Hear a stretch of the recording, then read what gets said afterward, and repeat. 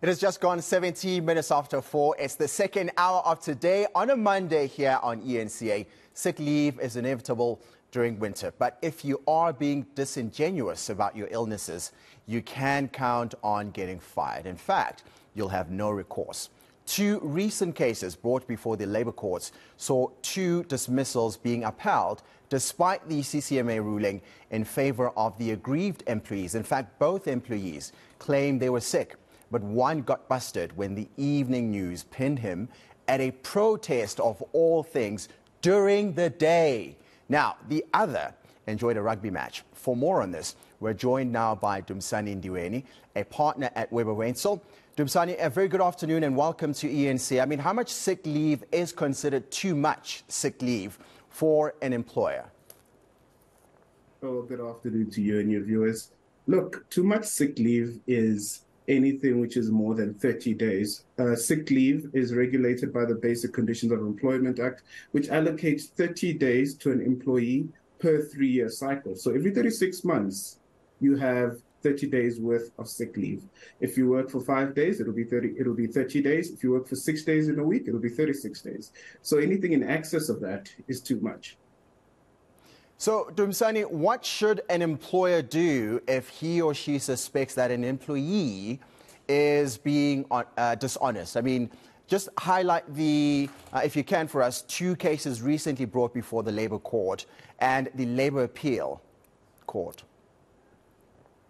Yeah, so I mean, interesting cases. The first one would be that of the Woolworths judgment, where the Labour Appeal Court actually dealt with this issue. A particular employee alleged that he was ill but attended a rugby game, and it was brought to the company's attention, and the company took disciplinary measures against the particular employee, which resulted in his dismissal.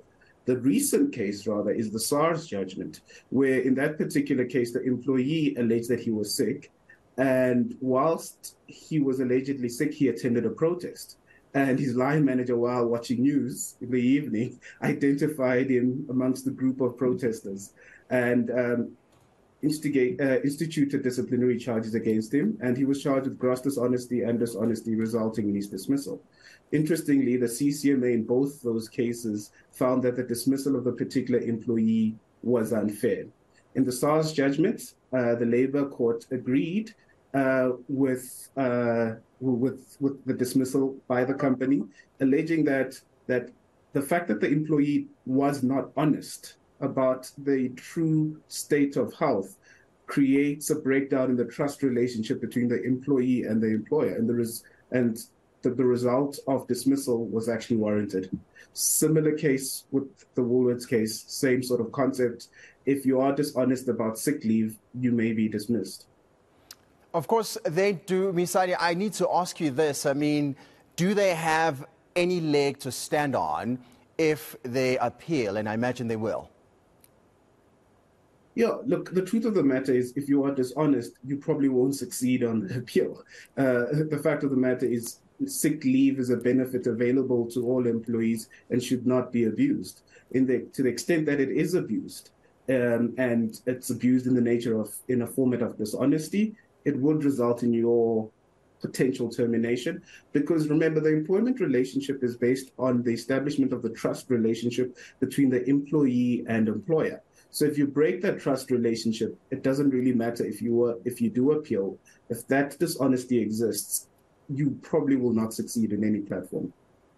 Right, Dumisani, let's put it in real time and real context for our viewers this afternoon. I mean, if you were to put this simply, if you are sick, what is the process you should follow? We all know sometimes you go to bed at night feeling hundreds and you wake up, you're coughing, you have a sore throat, and you're just not as hundreds as you would have hoped. So what needs to happen?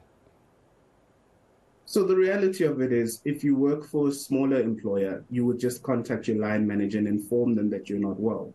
If you work for a bigger organization, there's probably platforms through the HR policy where you'd contact your HR practitioner. In cases where you are sick for 1 day, there's generally no need to bring a sick note. But in cases where you are sick for 2 consecutive days, there may be a requirement to bring your sick note to your employer, because according to the Basic Conditions of Employment Act, the employer is not required to pay you for days of absence on the allegation that you are ill if you don't produce a sick note. So First approach your line manager or approach HR as soon as you're not feeling well, whether it be via text, whether it be via call. My advice will always be try have it recorded in some form of writing so you have a record of it. And if you are sick for more than 2 days, ensure that you get a sick note. Dumisani, I know for a fact that in some employers, in some companies, you get something called sick leave for about 30 days. But that applies for every 3 years, right? What happens if you're out of commission for more than that period? Let's say for 5 months, perhaps you've broken a limb or you are dealing with something really serious which will not be repaired or you will not recover in a month. What then needs to happen and what do you need to account for as the employee when you are reporting these issues or matters to your employer? Yeah, and that's a reality. Some people do get ill for such a long period, or they actually exhaust their sick leave. In that case, usually what would happen is that the company would then try and put you onto annual leave, if you still have annual leave available, or any compassionate leave they may have.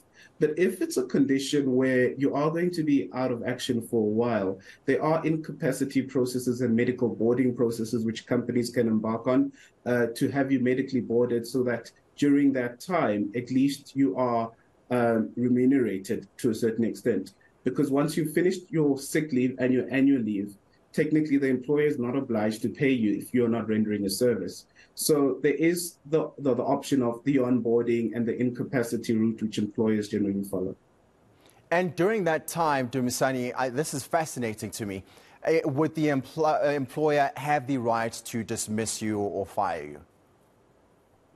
So now this is when we would be heading towards the incapacity route. Basically, there's only 3 ways an employee may be dismissed by an employer. One would be misconduct. So for the previous cases we've spoken about where an employee is dishonest, that will be misconduct. The second one will be operational requirements, which is retrenchments. And the third one would be incapacity. Incapacity is split into 2 routes. One of the routes is medical incapacity. There would be a process that's followed where you would have to undergo testing by the company's medical practitioner, and you would also have to get your medical reports. An assessment would have to be made whether the company can accommodate you in any alternative position.